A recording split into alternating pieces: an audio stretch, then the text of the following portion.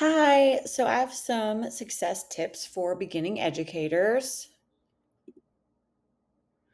I did a field observation at a Montessori school. The grade I observed was a pre-K summer class. There was 2 days I went. I did a regular Monday and a Friday water day. There were two really great experiences. Very different. The regular day, we did spend most of our time outside like we did for water day, but I focused on two different things while I was there. So on the first day I was there, I focused on age and learning. And then the second day, Friday water day, I focused on motivation and learning. And I feel like that really paired well with being able to see the different motivation. And also the age and learning is really cool in Montessori because in Montessori there is different grades that would be in a normal public school in the same classroom. So, my first tip number one, is know what motivates. Once you get to know your students and you know what motivate them, it just makes everything a lot easier. When you want to do something versus when you don't want to do something, it goes a little different. So there's six theories on motivation. They are motivates as behavior changes, motivates as goals, motives as interests, motives as attributes about success, motives on beliefs about self efficacy, and motives as self determination. So I'm going to focus on motives as behavior changes, interests, and self determination because that's what I was able to witness while I was doing my observation. So, apparent conditioning as a behavior motivator is really cool thought process, your intrinsic and extrinsic motivation. And while I was there, it was the water day and they were outside playing and they had little fun waters and a girl kept squirting a boy with a squirter. And of course, the boy getting squirted cried, screamed after taking water to the face, and the teacher got both students and had them work it out. The boy was who had squirted the girl used his words to tell the girl to stop because he didn't want to get wet. This was an example of the apparent being the crying and screaming. It was positively reinforced by communicating and getting praised by the teacher, and the girl stopped. The girl lost the squirter as a punishment. And then another one was motives as interests. And all of these were situational interests. All the students were very interested in water day. They were very motivated to do what was set up in different locations on the playground. And the students were motivated to fill up watering cans from a hose and carrying that watering can into the big bucket and use it to fill up the squirters. I also observed some attributes. A little girl was trying to ride a bicycle around a track, and the locus was internal for completing a full circle. And then motives as self determination. There's three basic things, human needs, we really need to think about when we think about the theory of self determination, autonomy, competence, and relatedness. And children need to feel free of external constraints on behavior, just like we do. And students need to feel competent. And just by putting them in their zone of proximity, they'll feel capable. And when feel capable, you feel competent. And then also just that sense of relatedness, making sure they feel connected and involved.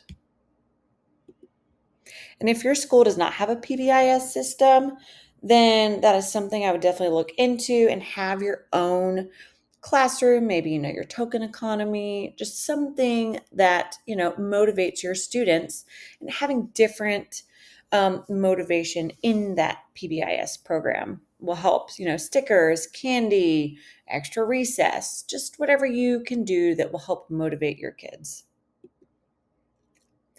My tip number two is know what is age appropriate. I say this all the time to my kids, know, age appropriate, age appropriate, age appropriate. So Erickson really has that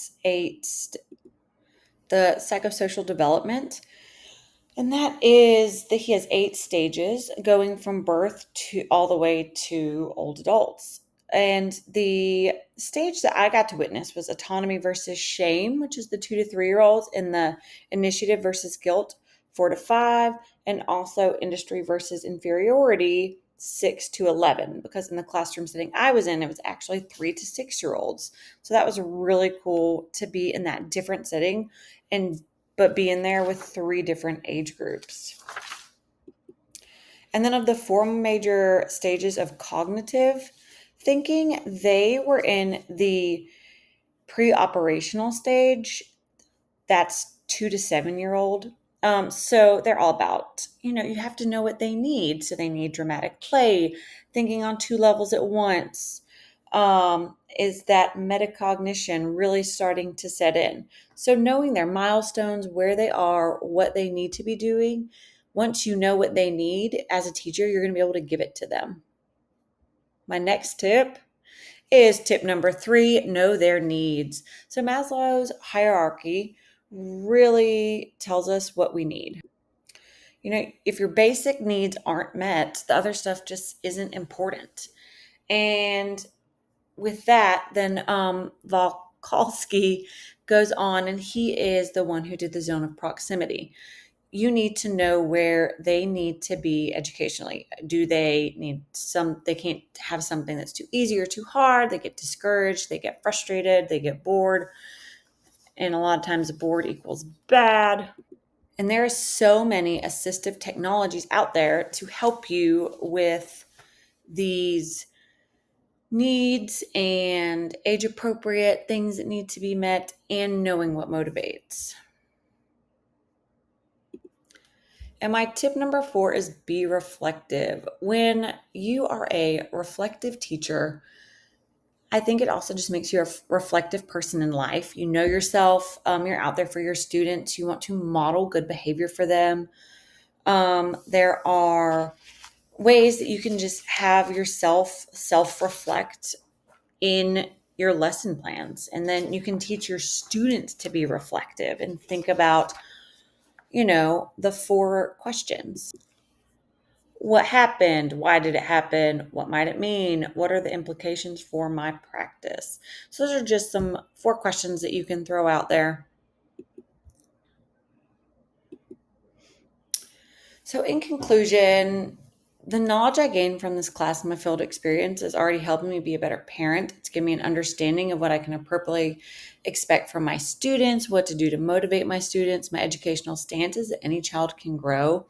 And I want to encourage you to use my tips when you're first starting out as a teacher.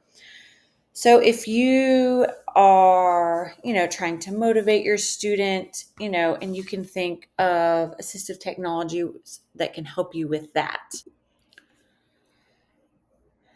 And also just knowing that kind of wraps into motivating and knowing what is age appropriate. So depending on what assistive technologies you would need to keep in what will motivate my student and what is age appropriate.